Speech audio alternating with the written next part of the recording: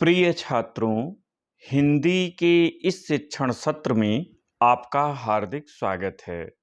इस भाग में हम पवन दूतिका शीर्षक कविता में प्रयुक्त मंदाक्रांता छंद का संक्षिप्त परिचय प्राप्त करेंगे। मंदाक्रांता छंद का सूत्र होता है मंदाक्रांता अंबुधि रस नगैर्मो भनौ तौ ग युग्मम्। इस सूत्र का तात्पर्य है कि मंदाक्रांता जो छंद का नाम है, अंबुधि अंबुधि माने समुद्र। भारतीय पौराणिक व्यवस्था में 4 समुद्र माने गए हैं: पूरब के समुद्र, पश्चिम के समुद्र, उत्तर के समुद्र और दक्षिण के समुद्र। स्वाद की दृष्टि से कुल 6 रस माने जाते हैं: तिक्त, मधुर आदि। नग नग माने पर्वत, और पौराणिक व्यवस्था में कुल 7 पर्वत माने गए हैं।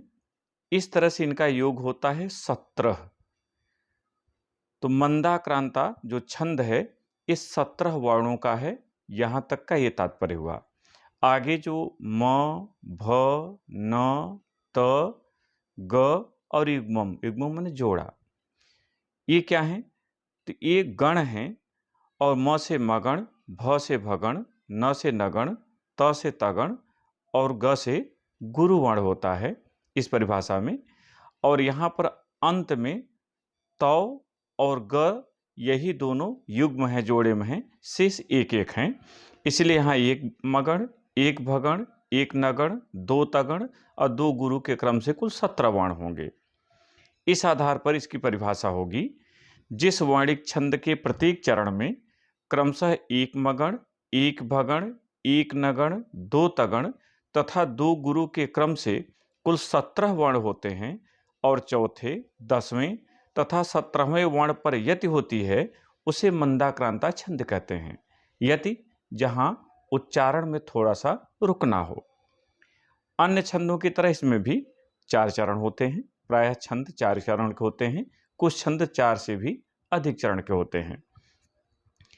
इसमें एक शब्द आया है गण। गण किसे कहते हैं? तो गण का अर्थ है समूह। वर्णिक छंदों में 3 अक्षरों की मात्रा गणना को गण कहते हैं। इनकी संख्या 8 है, जो यह माता राजभान सलगा सूत्र के अनुसार निम्नवत है। यह माता राजभान सलगा एक सूत्र है जो गणों को आसानी से याद करने में मदद करता है। यहाँ प्रत्येक वर्ण एक गण का प्रतीक है, जैसे य से यगण, म से मगण, त से तगण। और वह जो गण बनता है वो अपने बाद वाले 2 वर्णों के मात्राओं से बनता है, यानी यगण या माता से बनेगा। और यहाँ स के बाद अंत में लगा के लिए 3 वर्ण नहीं है, इसलिए स तक ही ये बनेगा, और कुल 8 होते हैं। देखें, य से यगण आप देख रहे हैं। यगण क्या है? य के बाद की 2 वर्ण, यानी य माता। य माता का रूप यगण कहा जाता है। इसमें मात्राएं क्या हैं? तो य पर 1 मात्रा है, मा पर 2 और ता पर 2, यानी 1 2 2 के क्रम में यगण होता है। इसका एक उदाहरण है यशोदा, यानी यशोदा का पूछा जाए कौन सा गण है तो ये यगण है। इसी तरह मगण में मातारा होगा, 2 2 मात्राएं हैं, 6 मात्राओं का यह है। मायावी में भी इसी तरह से आप उदाहरण दे सकते हैं, मगण मायावी। तगण ताराज, आप उसी सूत्र में बढ़ते जाएंगे, यह माता राजभान सलगा में। तो त के बाद राज आता है, ताराज है। ये 2 2 और 1 के क्रम में कुल 5 मात्राओं का होता है, जैसे वाचाल।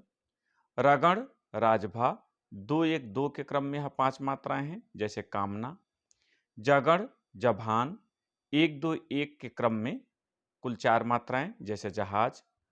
भगण भानस, 2 1 1 के क्रम में 4 मात्राएं, जैसे भारत। नगण नसल, सभी 1 1 यानी 3 मात्राओं का, सरस। और सगण सलगा अंत में आपका बचता है, 1 1 और 2 मात्रा का, जैसे कमला।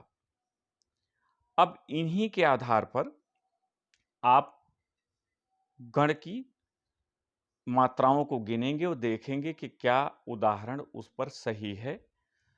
तो हम लोग पवन दूतिका की बात कर रहे हैं, तो पवन दूतिका का जो पहला छंद आपके पाठ्यक्रम में है वह है: बैठी खिन्ना यक दिवस वे गेह में थीं अकेली, आके आंसू दृग युगल में, थे धरा को भिगोते, आई धीरे इस सदन में, पुष्प सदगंध कोले, प्रातः वाली सुपवन, इसी काल वातायनों से। अब यहां देखें, 3 अक्षरों का एक गण बनेगा, बैठी और खी। यहाँ जो आधा न है वो खी के साथ आएगा और ये तीनों दीर्घ हो जाएंगे। अब मगन में आप जानते हैं कि मा तारा होता है, 2-2-2-2 के क्रम में 6 मात्राएं होती हैं। भगण, फिर यहाँ से नायक, ये भगण हो गया। दिवस आपका नगण हो गया। वे और गेह 3-3 वर्णों के बनते हैं। तगड़ पहला हुआ और दूसरा में थी और ये दूसरा तगड़ हुआ। एक के से एक गुरु और दूसरा ली से एक गुरु। इस क्रम में ये 17 मात्राएं हो रही हैं, इसीलिए यहां मंदाक्रांता है।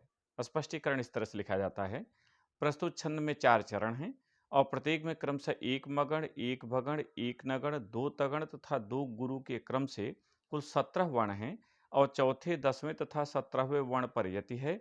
अतः यह मंदाक्रांता छंद का उदाहरण है।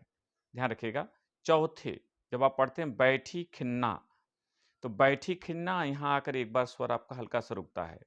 यक दिवस वे, यहां पर एक बार स्वर रुकता है।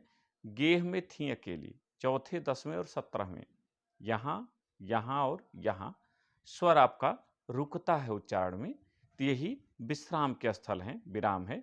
इसी की चर्चा यहां की गई है कि चौथे, 10वें और 17वें वर्ण पर यति होती है, थोड़ा सा वहां रुकना होता है। मुझे उम्मीद है कि आपने मंदाक्रांता छंद को अच्छी तरह से समझ लिया होगा। बहुत बहुत धन्यवाद।